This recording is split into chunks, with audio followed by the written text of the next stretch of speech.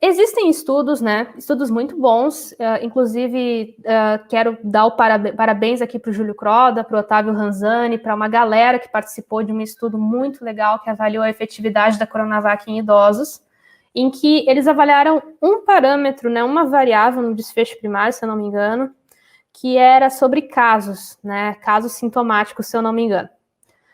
Então, já fica muito claro por eles, você está lendo o artigo e eles já te deixam muito claro, que eles não estão avaliando sintomáticos mais graves, eles não estão avaliando hospitalizações e eles não estão avaliando óbitos naquele momento. Eles estavam avaliando casos sintomáticos de qualquer esfera positivos, né, por PCR para COVID-19.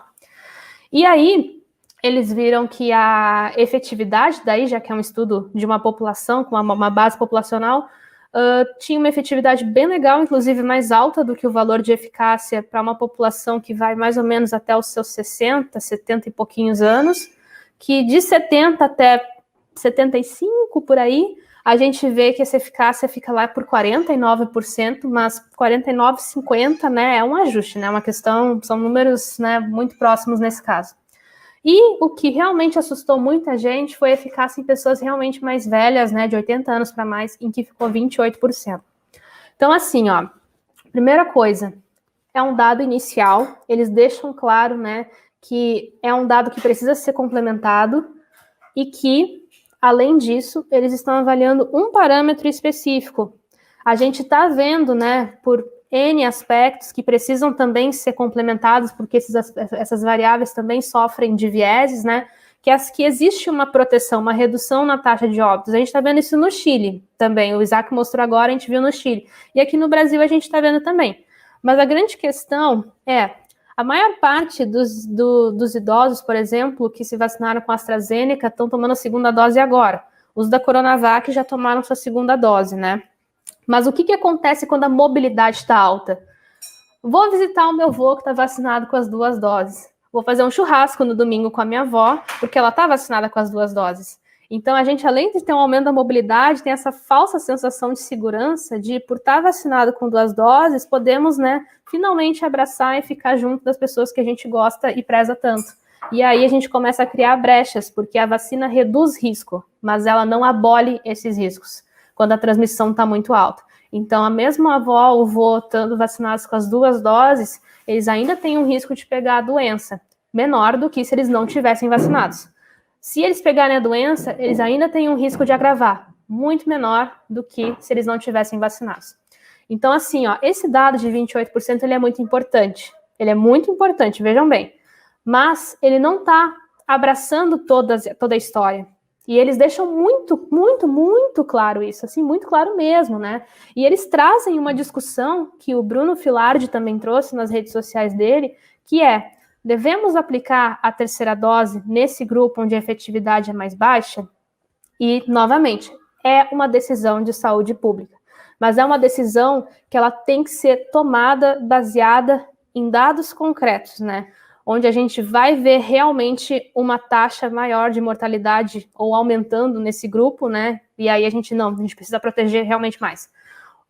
Ou a gente vai, por exemplo, decidir que vamos então tentar atingir a cobertura vacinal o mais rápido possível, porque todo mundo vai se beneficiar disso.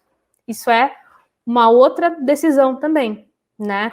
Então a gente tem 2 lados nesse ponto. Aplicamos uma terceira dose e se a gente optar por aplicar a terceira dose, vai ser Coronavac ou combinação heteróloga. Eu acho complicado fazer combinação heteróloga sem ter um dado. Até agora a gente não tem um dado combinando a Coronavac com uma outra vacina. Então, na minha análise, a gente só poderia fazer isso se tivesse algum estudo, algum indicativo dizendo que é seguro, que protege isso e aquilo. A gente tem combinação heteróloga para Pfizer e AstraZeneca, isso tem dado. Mas para Coronavac, outra vacina, não. Então, no caso, a terceira dose seria uma terceira dose de Coronavac. Então, beleza. Nós fazemos isso, ou nós iremos ampliar o máximo possível essa cobertura vacinal, porque ampliando a transmissão vai baixar, as pessoas vão ficar mais protegidas, a gente vai chegar nessa imunidade coletiva e os idosos também vão se beneficiar disso, né?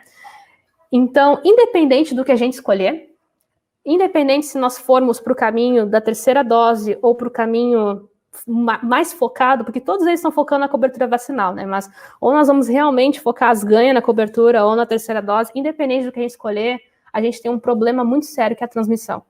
Se a gente escolher a terceira dose, os velhinhos vão ter que continuar usando máscara, continuar fazendo distanciamento, nós temos que continuar se cuidando porque a transmissão está alta. E nós estaremos ainda num percurso para a cobertura vacinal. Ok, não, vamos então acelerar a cobertura vacinal, beleza. Até a gente chegar lá, os velhinhos vão ter que seguir usando máscara, vão ter que seguir fazendo distanciamento e nós teremos que nos cuidar. Então percebam que as medidas, independente do que nós escolhermos, são as mesmas, porque o problema está na transmissão. A vacina não atingiu o seu potencial máximo para sozinha segurar essa barra. Então, independente se vai ter ou não terceira dose agora, ou cobertura vacinal agilizada, nós temos que fazer as mesmas coisas, que é máscara, distanciamento e tudo aquilo que vocês estão careca de saber, e eu vou perder o último fio de cabelo falando, porque é muito importante. Então, assim, a discussão que o Bruno e outros pesquisadores estão trazendo, ela é importante. Ela é importante porque a gente precisa de mais dados, especialmente do estudo de Serrana, que foi o estudo, né, de base populacional maior que o Brasil tem. A gente precisa ver esses dados, é importante que eles estejam publicados para a gente ver como é que foi a análise, como é que foi a metodologia, entender o cerne do estudo. Então, com isso, a gente pode realmente se debruçar e ver o quanto impactou ali na redução de óbitos, o quanto impactou em cada um dos parâmetros, né? Isso é muito importante, precisa dos dados. E segundo, né, é muito importante que a gente siga acompanhando essas taxas, né, de mortalidade, especialmente nessa população vacinada. Então, pensando assim, pegando tudo, o que o Bruno e outros pesquisadores estão falando é válido, a gente tem que discutir isso. Eu sou contra dizer que não é preciso a terceira dose at all, assim, porque pode ser preciso, e se for preciso, a gente tem que, né, criar uma estratégia para isso. Então, temos que sim discutir, tudo que eles levantaram é válido, mas nesse momento a gente precisa definir qual vai ser a nossa estratégia. Qualquer uma das nossas estratégias que a gente escolher vai nos levar para a cobertura vacinal. Uma pode demorar um pouco mais, mas daqui a pouco protege mais essa população, outra agiliza mais e chegando lá protege todo mundo. É uma decisão de saúde pública. E antes que as pessoas falem, porque muita gente fala isso, eu tenho um pai vacinado com a Coronavac, que já é idoso, eu tenho uma avó vacinada com a Coronavac, que é idosa, são pessoas que são extremamente caras para mim, e eu tô falando isso para vocês, que foi o que eu falei para eles em vários momentos também. Então, eu não tenho conflito de interesse aqui, tá? A mesma Mel que dá moral aqui para vocês é a que dá moral em casa também para os pais e para todo mundo. Então, beleza. A questão é, a gente ainda não tem muitos dados para dizer que imediatamente tem que ir para a terceira dose agora. A gente não tem muitos dados para dizer que realmente a efetividade é muito baixa nos idosos. A gente tem esse indicativo para um parâmetro, mas e para os outros? E realmente esse indicativo para um parâmetro é importante, ele tem que ser considerado, mas a gente também precisa ver o cenário mais ampliado, né?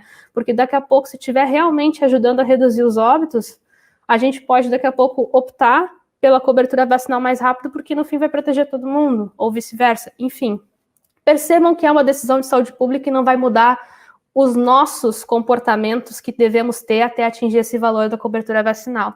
Eu vi que tem gente perguntando sobre imunidade celular, tem um estudo, inclusive, do Chile, que mostra, né, que a Coronavac consegue desencadear algumas células. É um estudo pequeno, mas para um estudo pequeno, onde eles já conseguiram ver ali uma cobertura, uma imunidade celular sendo gerada, ainda que pouca, é possível que num estudo maior eles vejam mais. Por isso que, novamente, é importante ter mais dados. É muito importante ter mais dados.